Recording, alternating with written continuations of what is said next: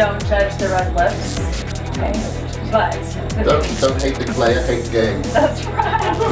We're about to Get little that pre-cage. Pre-cage pump, Okay. maybe. That's right. About to work out. About to get in our blood. Oh, no, that's weird. Take him out. Go on, take him out. You better run.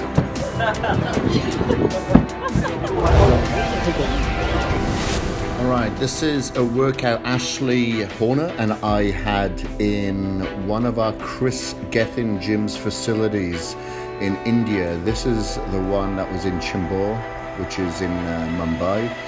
And as you can see, there's a bit of a crowd there watching us hit our shoulder session. So we started off with rear raises here to target the posterior portion of the delts. As you can see, we're sat down on this exercise. However, we are using a little bit of body language on there.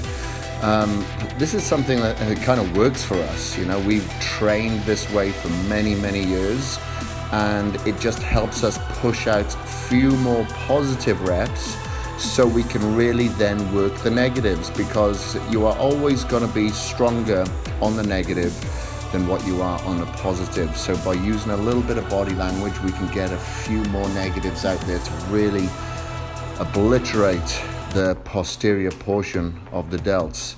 Now, when Ashley's doing it, her elbows are pointing back a little bit. I prefer to have my elbows pointing a little bit more up, but you know, whatever works for you, whatever targets your rear delts, is exactly what you should be doing. Maybe don't use the body language or the swinging or swaying or controlled cheating, I like to put it, as we do on that exercise. This is something that works for us. So following that, we went on to the rear pec deck. Again, just to really get the rear delts obliterated there and to, you know, get the evolution within them and get that development there, because a lot of people do target their lateral head and their anterior head of the delts and not so much the rear. So that's something that I really wanted to obliterate first. Then the third exercise that you can see that we're going on to is a variation of a side raise and a front raise. So I'll raise up to the side, bring the dumbbells close together to the front to really target the front portion of the delt at the top contractile position.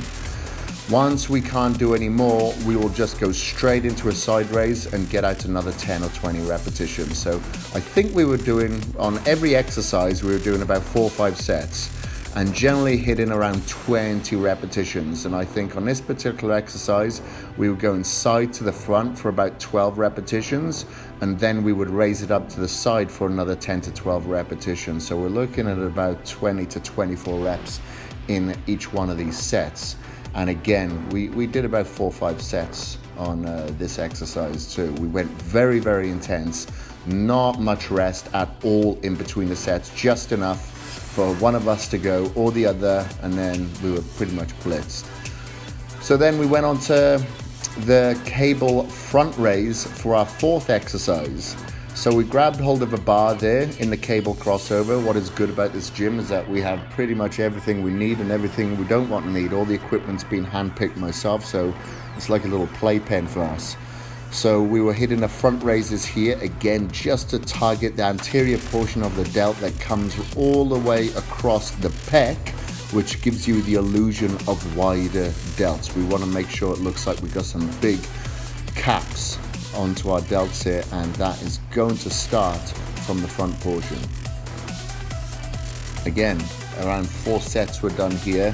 We did about 10 repetitions, relatively strict, and then we used a little bit of momentum to get another 10 out at the end, just to really fry those delts.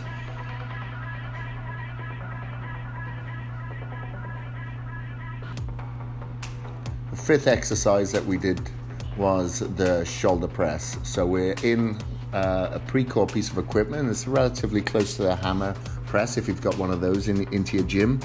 Now you'll notice the handles are a little bit forward. They're not directly above the shoulder, and so you don't directly press above the head. It's a little bit forward just to really get more of the anterior head of the shoulder, as opposed to bringing in lateral head assistance as well. I think we knocked out about 12 repetitions on this one. Went a little bit heavier on this exercise, making sure that I'm just drinking the in-caged throughout the entire workout and making sure that I finish my in-cage before my last set here, just to make sure that I've got plenty of blood within my system. I'm able to stay focused and strong and finish as strong as we begun. And that was our workout. We finished off with a little bit of functional work on the rooftop there, you know, just to get the blood flowing around the body, get the nutrients to the localized area, and have a bit of fun with it at the same time. So this is where Ashley really shines. She's a little bit more functionally conditioned, and I'd say she's done this a lot more than me. So I'll try to kick her ass in the weights area, but then payback comes a little bit too quick straight after. I think it's very important to have some sort of functional fitness, and I think it's very important to do your cardio immediately after your workout, because the nutrients will only be transported around the body by the blood. The blood flow is going to dictate how fast the protein from the recage gets straight into your system to repair that localized area and to ensure that you are completely recovered before you go to the gym the following day. Your recovery will dictate your following performance. If you're not adequately recovered, you will not adequately perform or have the strength or the explosiveness or the performance required. So it does work very well on your secondary muscle groups as well. When we weight train, we predominantly hit our primary movers. We don't do enough functional work for our secondary movers. So as well as working your heart and your lungs, it's great to work these other components of your body as well, especially for injury prevention.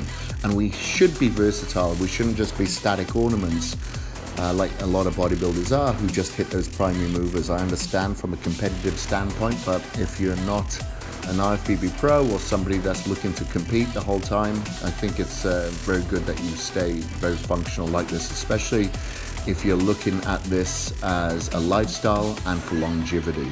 All right, that is the wrap up of that workout.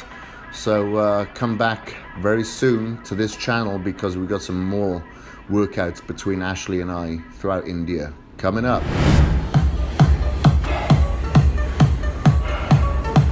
I don't believe if they're heavy enough. I don't believe I decided coming up here would be a good idea. What the hell? All right, we started downstairs at a lot of the dumbbell work, we did a lot of machine work, cable work, and Kris pretty much destroyed me.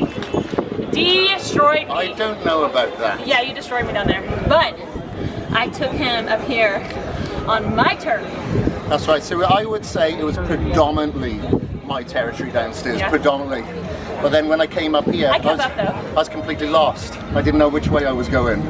So when, especially being a little bit competitive and having a woman kick your ass and having a lot of people watching, kind of gets the best out of you, and you kind of want to have. He did his best. You want to pee yourself, but you don't. You hold it in and just do it. You do what you're told, just as if any woman is really telling you what to do. You just do it. So thank you very much. Trained man. Yeah, I am very obedient and submissive.